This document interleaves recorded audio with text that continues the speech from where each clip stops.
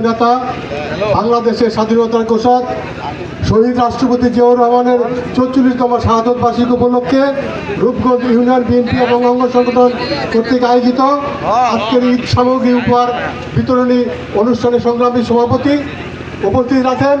আজকের অনুষ্ঠানের প্রধান অতিথি রূপগঞ্জের প্রাণপ্রিয় নেতা, আমাদের রূপগঞ্জের অহংকার, আগামী দিনের সংসদ সদস্য মোস্তাফিজুর রহমান দীপু ভূঁইয়া।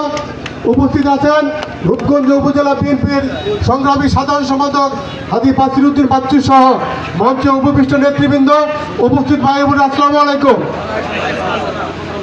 বাংলাদেশের ফেরাউন হাসিনা আর এই রূপগঞ্জের কুলাঙ্গার ছিল গাজী। তারা চাইছিল রূপগঞ্জ থেকে জিয়াউর রহমানের নাম মুছে ফেলার জন্য। তারা কি সেটা পারছে? তারা সেটা পারে নাই।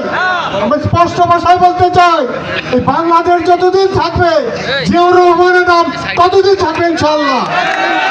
আমি বক্তৃতা দীর্ঘায়িত করবো না। আপনারা অনেকক্ষণ যাবৎ বৃষ্টির মধ্যে অপেক্ষা করতেছেন, বিশেষ করে মা বোনের অপেক্ষা করতেছেন।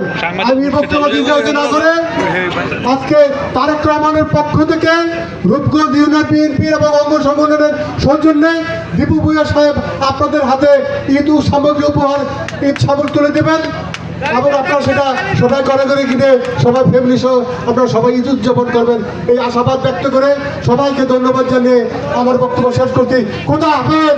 বাংলাদেশ জিন্দাবাদ। বাংলাদেশ জাতীয়তাবাদী দল জিন্দাবাদ।